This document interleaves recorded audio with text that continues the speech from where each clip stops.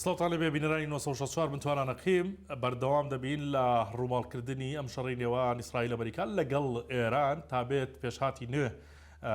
دێتە پێشەوە شەڕەکە فراوانتر دەبێت هەر چەندە لێدوانی جۆرا و جۆر دەدرێت لەوەی کە کەناڵە جیهانەکان باس لەوە دەکەن ڕەنگە دۆناڵد ترامپ ئەم شەڕە لەپڕ ڕابگرێت و هەندێکیش پێی وایە ڕەنگە ئەمە تاکتیکێک بێت دووبارە بۆ غافڵکردنی ئێران بەکاربێنرێتەوە لە پاڵەمانشدا تا دێت وڵاتی زیاتر دێنە ناو شەڕەکەەوە بە تایبەت بەلای ئەمریکادا بۆ هاوکاریکردنی ئەمریکایەکێک لەوانە ئۆکرانیایە کە خۆی 4 ساڵە ئەزمموی شەڕیەوە 4 ساڵە شەڕ لە وڵاتەکەیدا بوونی هەیە لە لایەکی تریشەوە تا دێت موشکی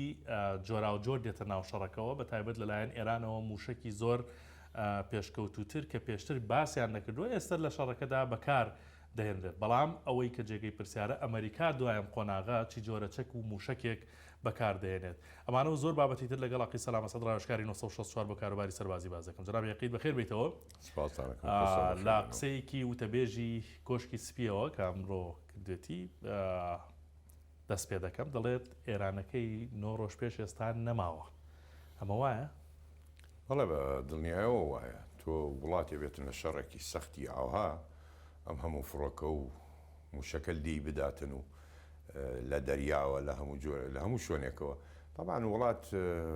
ئەشکێتەوە ناڵین ینی شەڕە دۆڕێنێتەوە بەڵام تۆ مەخزوونی شەکت هەیە زەعیفە بیتۆش زۆر شۆنت سوتاوە قیادەت سوتاوە قیادەی سیاسی بێتن قیادەی عسکەری بێتن لەبەرەوە تاکید ینی هەر وڵاتی بێتن لە کاتی شەڕە ئەگەر فریای نەکەوێ وڵاتێتر هاوکاری بکاتن شکست دێنێ و کەمەکەمە زعیفە بێتەوە بەڵێ وایە تاکید زۆر باشە با ئەوەی لە پێشەکە باسم کرد وڵاتی دیکە تەداخولاتەکە یەکێک لەوانە ئۆکرانیایە زیلینسکی دەڵێت پسپۆرەکانمان پسپۆرە سەربازەکانمان دەنێرینە خۆرەڵاتی ناوەڕاست بۆ هاوکاری سەربازە ئەمریکیەکان پسپۆرەکانیان ئەوەندە شارەزان کە لەم کاتەیە بینێرن طبعاً هەر ئەفسەرێک کاتێکە مەشقە بینێتن لە دوای مەشقە بێت تەجروبەی مەیدانی هەبێتن لەبیرت نەچێت ئۆکرانیا 4 ساڵە لە شەڕایە بەرامبەر بە رووسیا خبرەتێکی تەواویان وەرگرت لە درۆنەکانە تایبەتی لە شاهد یانەوەی ئێرانەکە 1636 کە ئێراندای بە رووسیا خبرەتێکی تەواویان لێی وەرگرت و چۆن چارەسەری بکەن و ڕێگرمن لێ و بیخەنە خوارەوە سیستەمێکی دیفاعی تایبەتیان بۆ خۆیاندانا ئێستا کە ئۆکرانیەکان لە هەموو ئەفسەرەکانی تر لە وڵاتانی تر شارەزان چۆن ڕوبەڕووی ئەم درۆنانە ببینەوە ینی کاریگەریە بێ کە بیان نێرێت باڵێ تەسیریە باشە لەسەر درۆنەکان ینی دەڵێن ئۆکرانیا زۆر بە مەسەلەن خیبرەی هەیە لە ڕوبەڕووبوونەوەی درۆنە ئێرانەکاندا باڵێ چی دەتوانێت بکات لەم کاتەیە بە تایبەت لە بابەتی درۆنەوە خۆی سێ نظام بەرگری داانێتن ئۆکرانیا سە لە رووسیا هەر بەم جۆرەش ڕوبەڕووی درۆنەکانی ئێرانە بێتەوە بڵین لە خەتی پێشەوە تۆ چەکی ناوەندیت هەیەوەکو دۆشکە و ئەوانە بەکاری دێنێتن دژی درۆنەکان دوای ئەوە مەنزوماتی تەشویشی هەیە کە بتوانێت کار لە درۆنەکان بکاتن جگەلەوە ئەوان درۆنێتریان دروست کردووە زۆر بچووکە بەو درۆنە بچووکانە کەونە دوای و ئەیخەنە خوارەوە خۆی پیاچێشێ و ئەکەوێتە خوارەوە تەمانەوە درۆنانش نرخی زۆر هەرزانە ینی تۆ درۆنێ بای $1000 بەکاری دێنن شاهد وەکو باسمان کردووە لە 20 تا $35,000 با $35,000 ئاخر نسخەی بێتن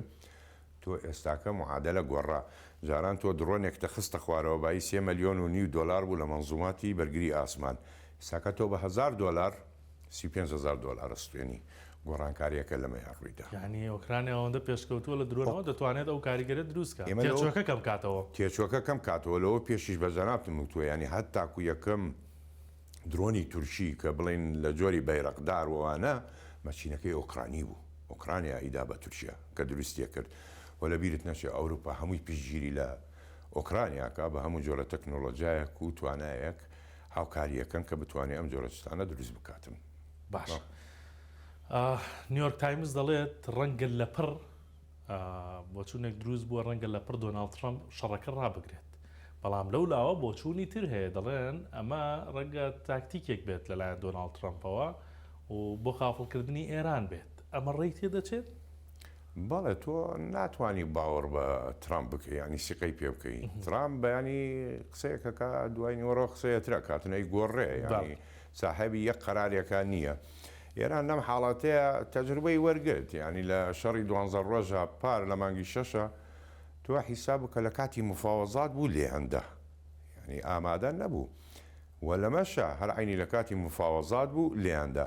بۆی هەیە ترامپ خۆی بچێشێتەوە لەم شەڕێ ئەگەر زارێکی تەواوی کردی بێتن و بڵێ سەرکەوتنم بەدەستێنەوە کۆی باسم کرد و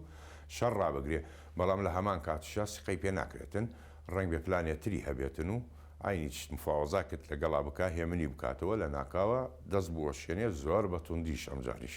ینی هەردوو ئەگەرەکە هەردوو احتیمالەکە هەیە بەڵێ هەردوو ئەگەرەکە هەیە بەڵێ لە دوای هێرشەکانی بەسەلەن ئیسرائیل و ئەمریکاوە بۆ سەرجەم ناوچەکانی ئێران و تایبەت پایتەختەکەی و ئامانجانەی کە گرتوونی مەسەلەن کەناڵە فەرمیەکانی ئێران دەڵێت سوپای پاسداران هەڕەشەی گرتووە ئەڵێ هەڕەشەی کردووە دەڵێت ئەم جارە لە بردومانەکانیان لە ئامانجەکانیان ئامانجەکان دەپێکن شوێنی ئامانجەکان ینی دەگۆڕن ئەمە مانای چییە؟ مەبەستیان چییە؟ ینی کوێ دەکەن ئامانج بە نمونە لە ئیسرائیلە؟ لا یعنی بڵین بنیەی تحتی ئەکەنە ئامانج ئەوە نییە تەنها لە شوێنێکی بڵین دیاری کراو بێتن لە مۆساد بداتن یان لە شوێنێکی سەربازی نانەخێر ئەنجا ئەکەوێتن بۆ نمونە لە حیفە مەسەڵەن لە شەریکەی حیتس کە موشکی ئارۆ ئەوانە دروستەکە لە میناکانی بداتن لە شوێنی خەزانی نەوت و ئەوانەی بداتن غازی بداتن یعنی بنیەی تحتی وڵاتەکان تەدمیر بکاتن ئەمە طبعاً بۆ میلەت زەرێری زۆرە یاواتە لە مەسافی ئاو بداتن چۆن مەسەڵەن وتمان ئەمریکا لێیدا ئیسرائیل لێیدا لە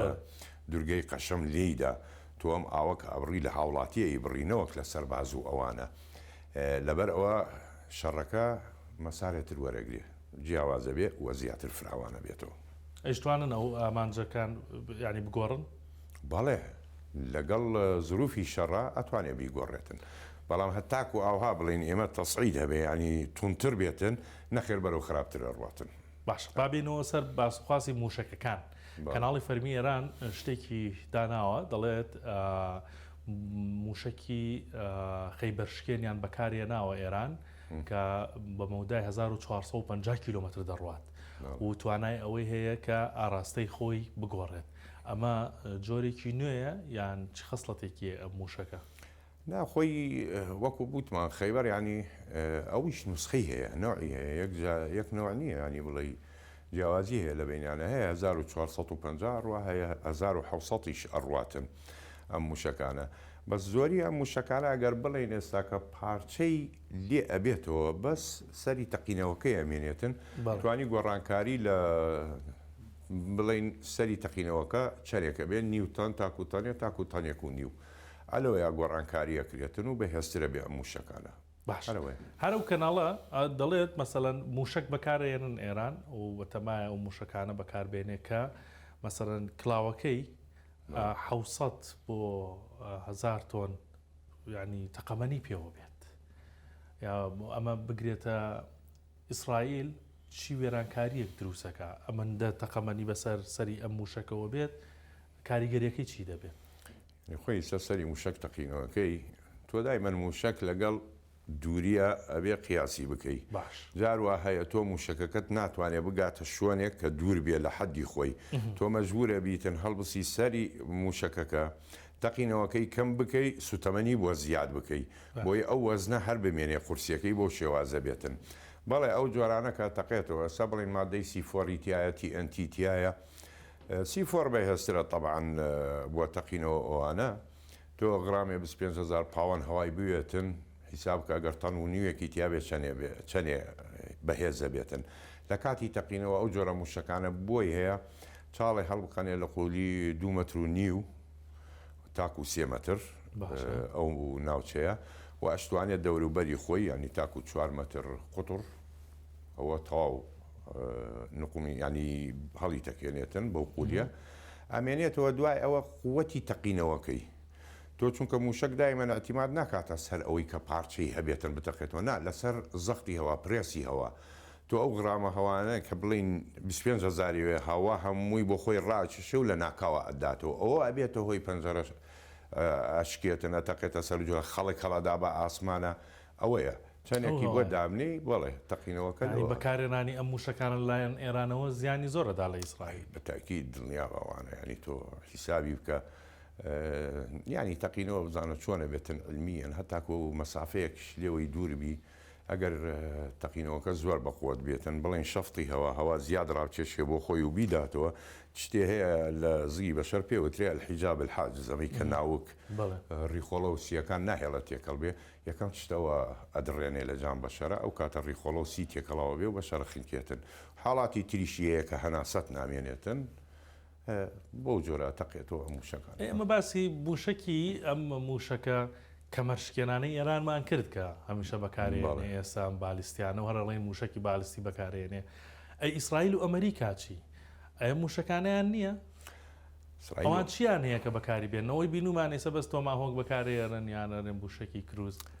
هەیەە نۆکنیانە بەس ئەم موشەکە بالیستیانەی کە بڵین ئەمریکاوانە هەیەە ئەستا بوو نمونە ئەمریکا 450 موشکی بالیستی لە دەرەوەی ئەمریکا هەیە و تایبەتی لە ناو ژێر دەریاکان و لە شوێنی کەشدانراوە تا ئێسش بەکاری نێناوە تا ئێسش بەکاری ناو ئەم موشەکانە 12,000 کیلومتر ڕوە 13,000 کیلومتر یانێمانە کشوەر بڕە یعنی نیوەی زەوی ئەبڕێ نیوەی زەوی ئەبڕێتن ئەمانە سورعەتی زۆر بەرزە ینی تۆ حساب کە سورعەتی ئەگا لە 24,000 کیلومتر لە سەعاتێکە تاکو ئەمە ئەبدەیتی مەسەڵەن ساڵی 26 ئەگەر ڕووسەکە تاکو 33,000 کیلومتر لە سەعاتێکە سورعەتیەتی تۆ ئەمانە ناتوانانی بەکاربیێنی بۆ وڵاتێکی وەکو ئێران لە کاتێ بەکاری دێنێتن کە زەرەر لە فڕۆکەکانی بکەوێن نەتوانێت ئاسمانی ئێران کۆنتترۆل بکە بەڵام مادام ئاسمانی ئێرانی کۆنتترۆل کردووە زۆر بە ئاسانی بە فڕۆکەکانی ئەمانە ئەکاتن موشکی باڵستی بەکار نایێنێ بەڵام ئەگەر بەکاری هێنا لە ناوێدات با دیسان پرسیاری گریمانەی بکەم ئەم موشەکە زەبەلاحی بەکارهێنا 12,000 کیلومتر دەتوانێت بڕات 24,000 کیلومتر لە کاتژمێرێکا دەبڕێت ئەمریکا بۆ نمونە ئەمەی هەیە ئەمە گریمان کڵاوی ئەتۆمیشی لێ نەبەست هەر ئەو تەقەمەنی ئاساییە چی ڕوەداگرت بینێ بە ئێرانەوە تۆ حساب بکە لە گەڕەکێدا گەڕەکەکەت هەمووی بۆ ئێرانەکە هەمووی هەڵەگرێتن هەر نیوچە ئۆتۆمیەکە مەسەڵەن لە زەویەدا بەڵام ئەمریکا ئەمانە بەکار نایەنە چونکە ئەمانە تایبەت بۆ تۆ بۆ ئۆتۆمی داتناوە تایبەت داتنەوە ئەمریکا دایانێ بۆ وڵاتێک کە بەهێز بێتن چەکی هەبێ وەکو چین وەکو ڕووس وەکو کۆریا بۆ ئەم وڵاتانە بە نسبەتی وڵاتی وەکو ئێران ئەم چەکانە بەکار ناهێنێتن کاتی ئەگەر بزانێ وەکو پێتم وت هێزی ئاسمانی فڕۆکەی بکەوێتە خوارەوە نەتوانێت ئاسمان کۆنتترۆل بکە ئەو کاتە ئەمانە بەکاردێنێتن هەر لە زەبری کوشندەی ئەمریکا بەرامبەر ئێران لە ڕووی هێزی دەریاییەوە وەشاندی یەکسەر بەڵام ئەوەی کە دەنگدانەوەیە بوو تاوەکو ێستا شەرکاردانەوەی لەسرە نقومکردنی فرقاتەیەکی ئێرانی بوو ئایرزدینە ئەوە گەیشت بەچی دەنگ و باسی چەندێکی تیامرد ئەو فرقاتە ئێرانی ئایرزدینا لە هیندستان بوو بەشداری ئستعرازی دەریای کردوبوو لەگەڵ هێزەکانی هیندستانە فرقاتە هەر پارچەیەکی هێزی دەریابێ لە کاتی ئستعرازە بۆی نییە موشک تیابێتن تەقەمەنی تیابێتن چەکەکانی هەیە بەڵام بۆی نییە بە هیچ جۆرە تەقەمەنی و فیشەگ و ئەوانەی هەبێتن تۆڕبیدی هەبێ چونکە فرقاتات توانێت تۆڕبیدیش بەکاربێنێتن ئەجیزەی استشعار و استمکان و میلاحەی هەمووی ڕائەوەستێ یان ئەمە یاسایە لە ئستعرازە کاتی ئایرزدینا دەرچوو لە هیندستانەوە لە گەڕانەوە غەواسەیەکی ژێر دەریایی ئەمریکا لێدا تۆڕبیدێکی لێدا تۆڕبیدەکەش لە بنی تقریبان بڵین لە شوێنی زەعیفەکەیدا چونکە پشتی فرقاتە دائیمەن لە پشتەوە گەر بیبینی هەر پارچەیەکی دەریا ببینی لە پشتەوە شوێنی هەلیکۆپتەری هەبێت دا بەزێ ئەوە فرقاتەیە بەڵام مدەمیرۆ ئەوانە نییانە بەڵام فرقاتە شوێنی هەلیکۆپتەریە کە لە پشتەوەدا ڕێک سوکترین شوێنی ئەوێنانەیە ئەو تۆڕبیدەی کە بۆ تێگر لە بنی تەقیەوە لی نادا لە گیانی لە بنیە تەقێتەوە مەوجەیەکی بۆ دروستەکە ئەی کاتە دوو کەرتەوە تەمان 180 کەسی تیا بوو 87 مەی دۆزرایەوە بەڵام فرقاتە ئێرانیەکە ئەو کاتە توانای شەڕی نەبوو چونکە بە جەنابتم وت هیچی نەبوو چەکوانە هەت تاکوونێ زانی تۆڕبیدیش بۆی دێتن چونکە لە ئستعرازگەرە لێرە کۆمەڵێ پرسیار هەیە ینی هیندستان قسەی نەکرد هیچ کۆمنتێکی نەدا لە سەری تعلیقێ و بڵین سەریلانکەوانش بەڵام سیرەکە لە کوێیە ینی شتێکی مخابراتی هەبووە لە بینی ئەنە کە ئەمریکا بزانێ ئەگاتە وێنانە ئایرزدینە ینی بە یارمەتی هیندستان احتیمالێکی زۆر گەرەیە بۆ شێوە چونکە هیندستان خۆی دژایەتی ئێرانەکە و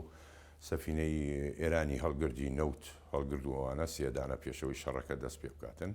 هاوکاری ئەمریکا کاتن. باش جەناب تەزانی ئێمە ڕۆژانە لە ناو باستوخواسەکانی ئەم شەڕێین شەڕێکی ناڕوونە چەکی جۆرا و جۆری تیا بەکارێنرێ وڵاتی تر پێوە بووە لە شەڕەکەدا بەتایبەت ئێران لە حیبەت خۆیان یعنی پەلاماری چەندین شوێنەدا هەرێمی کوردستانیش بەدەر نەبووەلەوە دۆخێکی نائارام بۆ خەڵک دروست بووە. من ئەمەوێ ڕێنمایی جەنابەت لە ڕووی سەربازیەوە بزانم لەوەی کە لەم دۆخە نائارامەدا هاوڵاتیان دەبێت چۆن مامەڵە بکەن لەگەڵ دۆخەکەدا. هاوڵاتیان ئەگەر جوت لە دڕۆن بوو جوت لە تەقە بوو لە ئاسمان یەکەم چ دوورکەویتەوە لە پەنجەرە و ئەوانە بۆی هەیە ئەو دڕۆنە بۆ نمونە لە نێزیکی تۆ بتەقێتەوە پەنجەرە تەبانەوە زۆر خەتەرە بریندار دەکاتن دوور بکەویتەوە دەرنەچیتە دەرەوە سەیری بکەیت چونکە لە زۆر حاڵاتە هەیە مەسەڵەن درۆن ئەگاتە وێنانە لێدرێ لە ئاسمانە تەقێتەوە هاوڵاتی ڕاکا بۆی سەیری بکە بەڵام کاکە ئەمە لە ئاسمان تەقیوەتەوە جارێ پارچەکانی بڵاو بۆتەوە ینی خۆت بۆ مردنی خۆتە ڕۆی بۆی هەیە پارچە بکەوێتە سەر تۆ لەبەرەوە دوورکەوە لەو ناوانە پێویست ناکات تۆ بڕی بۆ ئەو شوۆنە سەیری بکەی کەلی کەوتە خوارەوە دایمە ئەگەر نێزیکیشت تەقیەوە حاڵەتی ڕوویدا دووبارە بووە داوەکوتم دووربی لە پەنجەرەوە لە بن مێزێ خۆتماتکەی دووربی لە ناردەوان نەچیتە بنیەوە ئەسڵەن دەریش مەچۆ و هیچ شتێمەکە چاوەڕوان بە هەتاکو بڵین ئاسایش و پۆلیس و ئەوانە کە کاری خۆیان نەبینن پێویست ناکات تۆ بڕۆیتە سەری ژیانی خۆت بخەیتە مەترسیەوە پێشتم وتیانی بۆمبی حراری تایە کەوێتە عەرز ناتەقێتەوە چاوەڕێی بەشەریەتی هەستی بە گەرمایی بەشەرەکە ئەنج تەقێتەوە بانت خۆت بە کوشمەدە و خۆتیش مەشڵەژێنە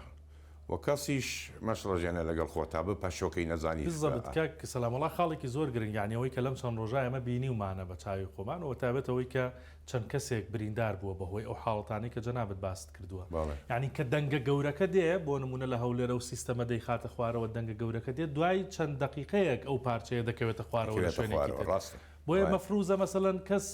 تەنانەت مەچۆ بەردەرگاش لە دوای چارێکی 20 دقە لە دەنگەکەش ئەمە دروستەوە دروستە 100% چونکە تۆ بزانە